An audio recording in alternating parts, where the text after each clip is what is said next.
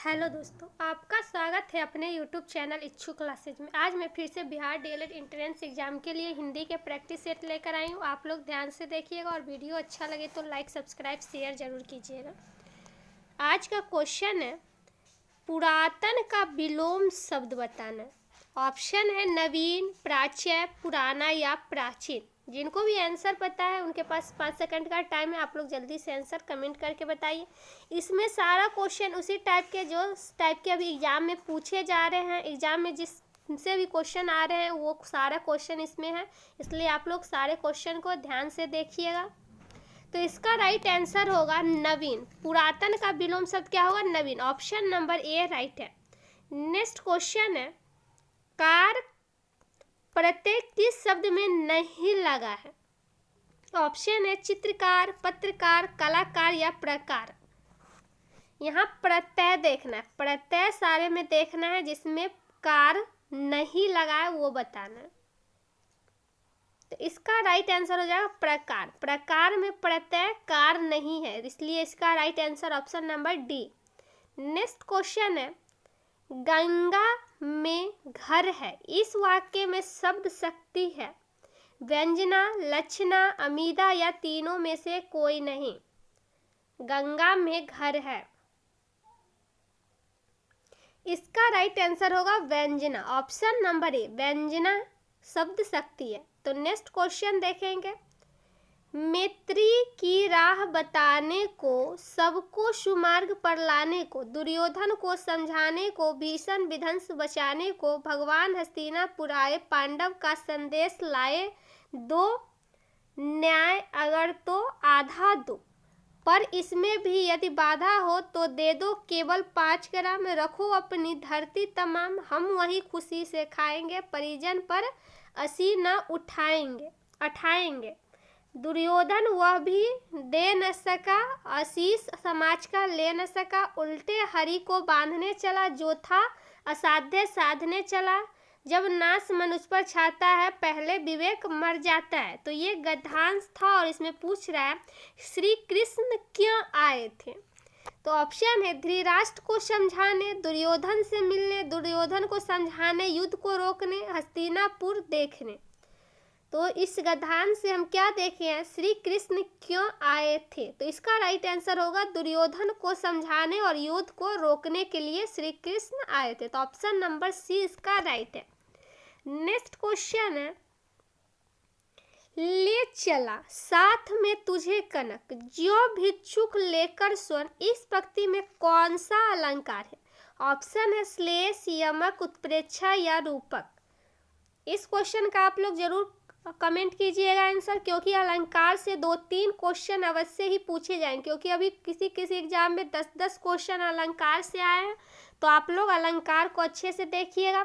तो इसका right answer होगा उत्प्रेक्षा। कौन सा अलंकार है? उत्प्रेक्षा, क्योंकि जिसमें भी जिस पंक्ति में भी ज्यो त्यों मनु जनु सब लगा रहता है तो वो उत्प्रेक्षा अलंकार हो। तो इसका राइट आंसर हो जाएगा option number C. Next question देखेंगे, क्वेश्चन है निम्न में कौन सा वाक्य शुद्ध है? ऑप्शन है तारा निकल आए, अभ्यास करते ही रहने से हम शुद्ध हिंदी बोल सकता है, नदियां बह रही है, माली ने सब पेड़ काट डाला। इसमें कौन सा वाक्य शुद्ध है? शुद्ध वाक्य बताना है। तो इसका राइट आंसर होगा नदियां बह रही है। शुद्ध वाक्य से भी एक क्वेश्चन पूछा जा रहा है, तो आप लोग शुद्ध वाक्य को सही से पहचानिएगा। तो यहाँ राइट आंसर हो जाएगा ऑप्शन नंबर सी, नदियां बह रही है। नेक्स्ट क्वेश्चन है, उदय का संधि विच्छेद। उदय का तो ऑप्शन है उ जोड़ द, अद जोड़ य, या उत जोड़ अय, या उद जोड़ अय। उदय का संधि विच्छेद। तो इसका राइट आंसर होगा उत जोड़ अय, option number A C. Option number C इसका क्या है? राइट है। नेक्स्ट क्वेश्चन है, संयुक्त स्वर और उनसे मिले व्यंजनों में कौन सा वर्ण होता है? ऑप्शन है प्लूत, लघु, गुरु या इनमें से कोई नहीं। तो इसका राइट आंसर होगा कौन सा वर्ण होगा? गुरु। तो option number C, option number D इसका राइट आंसर है, ऑप्शन नंबर डी। तो नेक्स्ट क्वेश्चन देखेंगे, करुण रस का अस्थाई भाव क्या है? करुण रस का ऑप्शन है हास्य, उत्साह, भय या इनमें से कोई नहीं।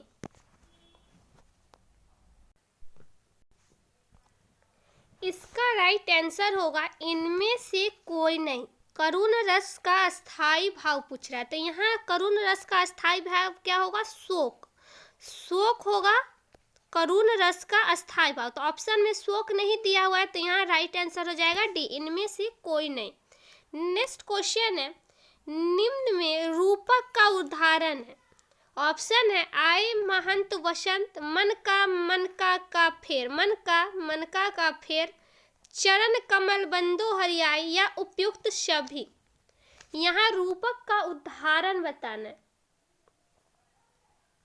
तो इसका राइट आंसर होगा उपयुक्त सभी, ऑप्शन नंबर डी, क्योंकि ये सारी उदाहरण में कौन सा है अलंकार? तो रूपक अलंकार है, तो इसका राइट आंसर हो जाएगा ऑप्शन नंबर डी।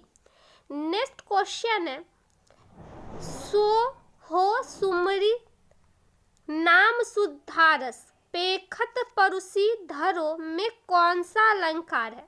ऑप्शन है अनुप्रास, रूपक, दोनों या इनमें से कोई नहीं।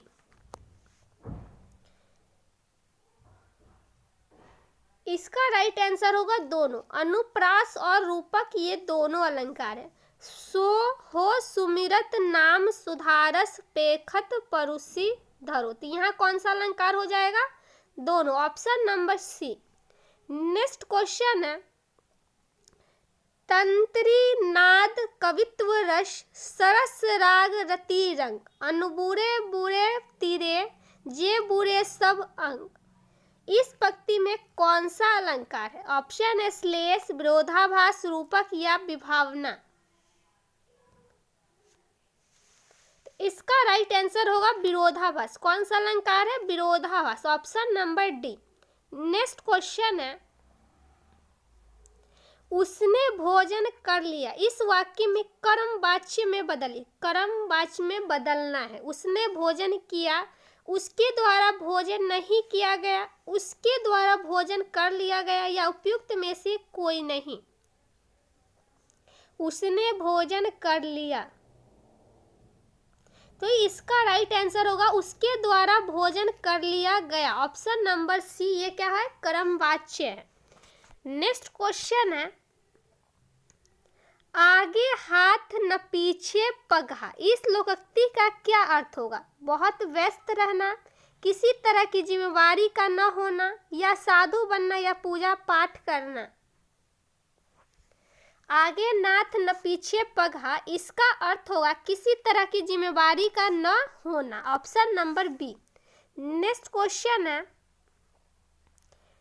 3 बेर खाती थी, वे 3 बेर खाती है, इसमें कौन सा अलंकार है? ऑप्शन है यमक अलंकार, उत्प्रेक्षा अलंकार, उपमा अलंकार या रूपक अलंकार। 3 बेर खाती है और वे 3 बेर खाती है, ये कौन सा अलंकार होगा? यमक अलंकार, ऑप्शन नंबर ए, यमक अलंकार। नेक्स्ट क्वेश्चन देखेंगे। क्वेश्चन है, चारू चंद्र की चंचल किरणें खेल रही है जलथल में, स्वच्छ चांदनी बिछी हुई है अवनी और अंबर तल में, उपयुक्त पंक्तियां में काव्य गुण से संबंधित है। ऑप्शन है माधुर्य गुण, ओज गुण और प्रसाद गुण, या इनमें से कोई नहीं। ये क्वेश्चन बहुत इंपॉर्टेंट है, क्योंकि ये एग्जाम में अभी पूछा गया है, अभी एग्जाम चल रहा है। उस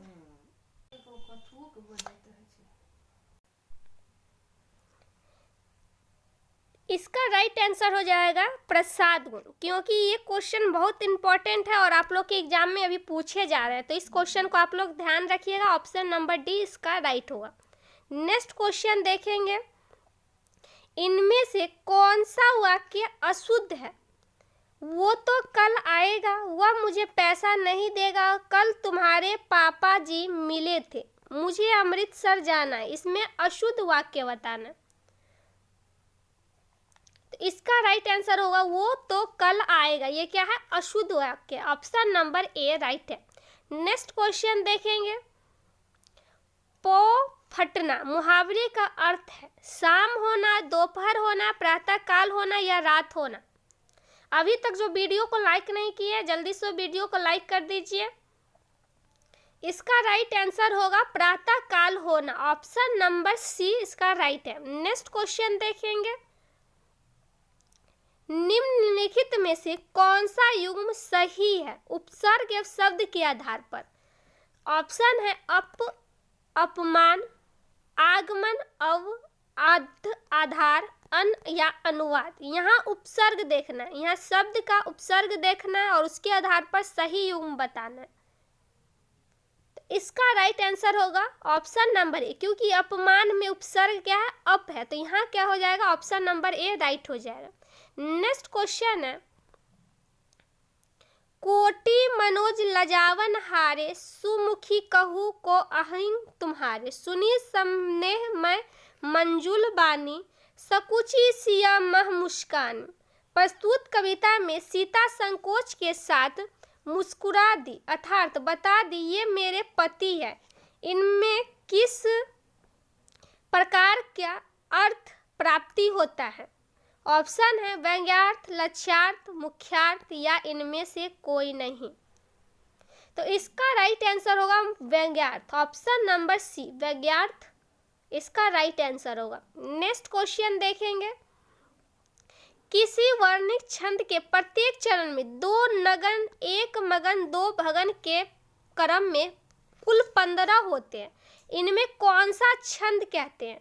ऑप्शन है मालिनी, वंशस्थ, भूपेंद्रवर्जा या इनमें से कोई नहीं। ये क्वेश्चन भी आप लोग ध्यान रखिए क्योंकि ये क्वेश्चन भी एग्जाम में अभी पूछा गया है। तो इसका राइट आंसर होगा मालिनी, जिसमें 2 नगन, 1 मगन और 2 भगन है। तो इसका राइट आंसर ऑप्शन नंबर ए होगा मालिनी। नेक्स्ट क्वेश्चन देखेंगे, नवरात्र में कौन सा समास है? ऑप्शन है बहुव्रीहि समास, कर्मधारय समास, द्विगु समास या द्वंद्व समास। नवरात्र में इसका राइट आंसर होगा बहुव्रीहि समास, ऑप्शन नंबर ए बहुव्रीहि समास इसका राइट आंसर है। नेक्स्ट क्वेश्चन है, जहां बिना कारण के कार्य का होना पाया जाए वहां कौन सा अलंकार होता है? ऑप्शन है विशेषोक्ति अलंकार, विरोधाभास, विभावना या भ्रांतिमान। जहां बिना कारण के कार्य का होना पाया जाए वहां विभावना अलंकार होगा। कौन सा अलंकार? विभावना, option number C. Next question है, वनवास में कौन सा समास है? ऑप्शन है तत्पुरुष, अव्ययभाव, कर्मधारय या द्वंद्व। इसका राइट आंसर होगा तत्पुरुष। कौन सा समास है? तत्पुरुष, ऑप्शन नंबर ए। नेक्स्ट क्वेश्चन देखेंगे, रात को पहरा देने वाला आज घर चला गया, इस रेखांकित शब्द में कौन सा पदबंध है? यहाँ रेखांकित शब्द इतना है, रात को पहरा देने वाला, तो कौन सा है? क्रिया पदबंध, सर्वनाम पदबंध, क्रिया विशेषण पद या संज्ञा पदबंध। इस क्वेश्चन को भी आप लोग ध्यान से रखिए क्योंकि पदबंध से भी ये क्वेश्चन पूछे जा रहे हैं। तो रात को पहरा देने वाला ये कौन सा है? तो संज्ञा पदबंध, ऑप्शन नंबर डी। कौन सा? संज्ञा पदबंध। तो आज के लिए बस इतना ही। रोज ऐसे ही वीडियो प्राप्त करने के लिए चैनल को सब्सक्राइब कर ले और अपने दोस्तों में भी शेयर करें जिनको इसका लाभ मिल पाए। जो भी स्टूडेंट डीएलएड का तैयारी करते हैं उनको ये लाभ जरूर मिले, क्योंकि हम आप लोग के लिए इतना मेहनत करते हैं तो आप लोग भी इतना कर सकते हैं। वीडियो को लाइक कीजिए, शेयर कीजिए, चैनल को सब्सक्राइब कर लीजिए। और कोई भी समस्या हो, डीएलएड से जुड़े कोई भी जानकारी पाने के लिए आप लोग टेलीग्राम को ज्वाइन कर लीजिए, वहाँ सारा पीडीएफ और आप लोग को जानकारी दिया जाएगा। तो आज के लिए बस इतना ही।